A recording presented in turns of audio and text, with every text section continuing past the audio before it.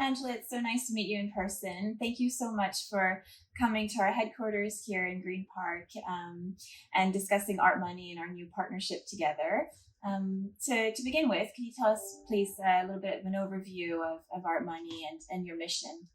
Absolutely, and thank you, Aurelia, for having me here. It's a beautiful day in London to be here. Art Money really is about helping people to buy art and about helping artists and expanding the art market. Our core product is Art Money Credit, where collectors can purchase artworks and pay in installments. As a gallery, the gallery gets paid up front. We handle all the future payments, and the collector has 10 months, 10 payments, and it's interest free. What I always say, it's a sales negotiation tool for the gallery. It's a way to, really it's about also responsible buying. We were so fortunate to find you because we really think that this is something excellent to offer collectors to make it easier for them. That's our mission as well. So it's really great that we have this similar mission. In terms of your clients, who are they and how have they used Art Money so far? Many of them are seasoned collectors already. So we were discussing earlier, it's people that are used to buying and like this system, because of the range of price that we operate in. So our minimum is 1,000, maximum 100,000. It means that we can cater to a very wide audience. If you're buying something for 50,000, you can afford it. And absolutely you can, collectors don't need this, but they want this. It's the same model used in other industries. It's the same people buying a Porsche for £80,000. It's simply about bringing models from other industries into the art market. Yeah, and I think that's where you come in as such a unique service. So as I said, we didn't find anything that would fit the profile, and this is really great. And do you follow a specific selection criteria when you choose your partners? Part of our commitment is, we're going to pay the gallery or the art business within 10 business days. We need to be able to trust our clients as well. So key things, we need it to be a reputable business, helping expand the market, helping, support more artists, because ultimately if a gallery gets paid up front, they can pay an artist. So really what we want is partners that are going to come along with us in this journey and support their buyers, support the artists, support the market as a whole. Absolutely. And we're very excited for the partnership. How do you see the partnership with London Trade Arts?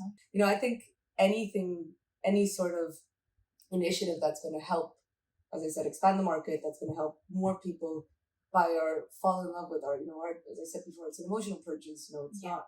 It's a discretionary purchase. So any initiative and company and team that's really going to help expand that, we're all for that. What I really loved about London Trade Art from the beginning is, your openness in the practices. You're very supportive of your artists. Things like, I can see you have public pricing, which again is also, this is just going to help the industry. So we are very excited to be working with you guys and, supporting each other. And, this is I feel that right now we're just, with these new initiatives, we're just touching the tip of the iceberg, what we can do together if more of these players and, initiatives and disruptors come in is yet to be seen. That's really great. Yeah, we really value transparency and making it easier. So this is just one other way for us to do that. And we're very excited to be able to partner with you. How easy is it to use Art Money as an art buyer? What are the steps kind of if you want to make a purchase through Art Money? That is sort of the core of our product. We want to make it easy and seamless. And as a buyer, you might be at an art fair, or you might be at a gallery, or you might just be browsing at home, and after your conversation with the seller, you might say, great, I'm going to use Art Money. The buyer simply goes to artmoney.com. They can do this on their iPhone, on their phone. Yeah. We ask a couple of questions, basic financial questions, income, liabilities, assets, dependents, etc. And then after that, they'll get a response. So 80% of our clients get approved on the spot. Okay. We work with an algorithm. The other 20%, they might be self-employed. So we might need a bit more documentation, or we might need to ask a few more questions. But it's all straightforward. They'll get a call from someone in our finance team.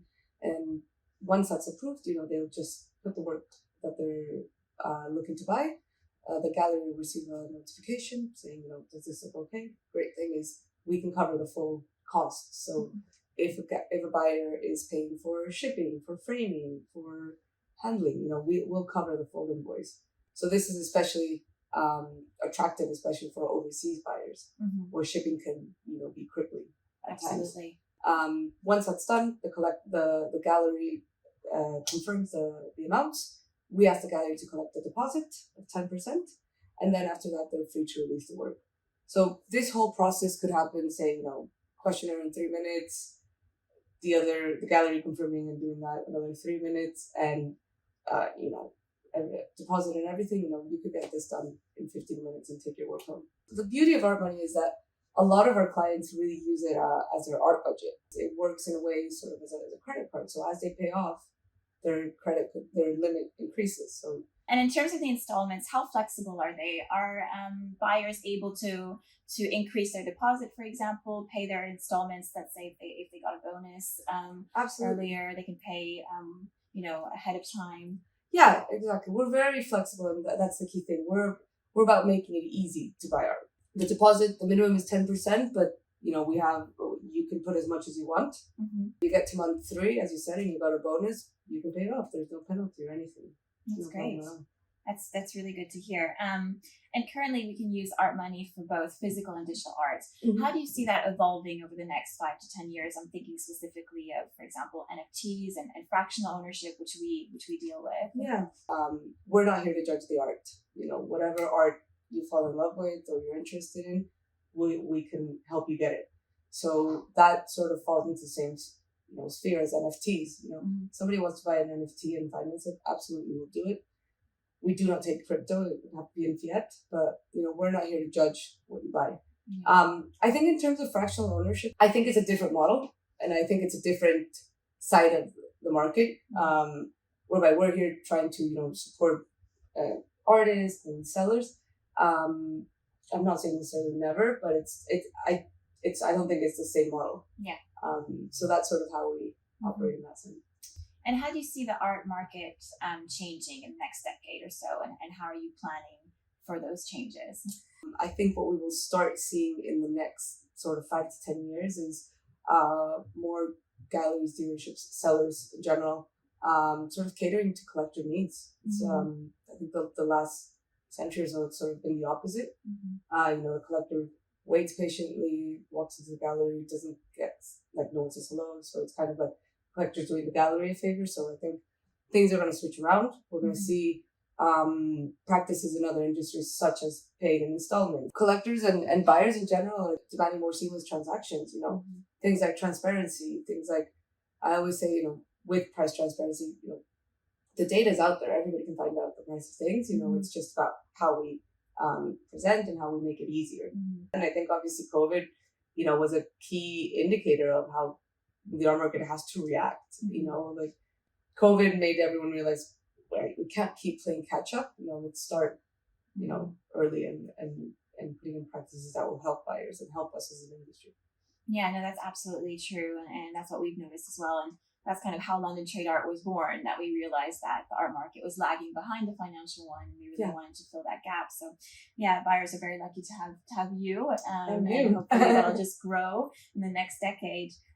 Well, thank you so much, Angela. This was really insightful. And I'm really excited to start our partnership.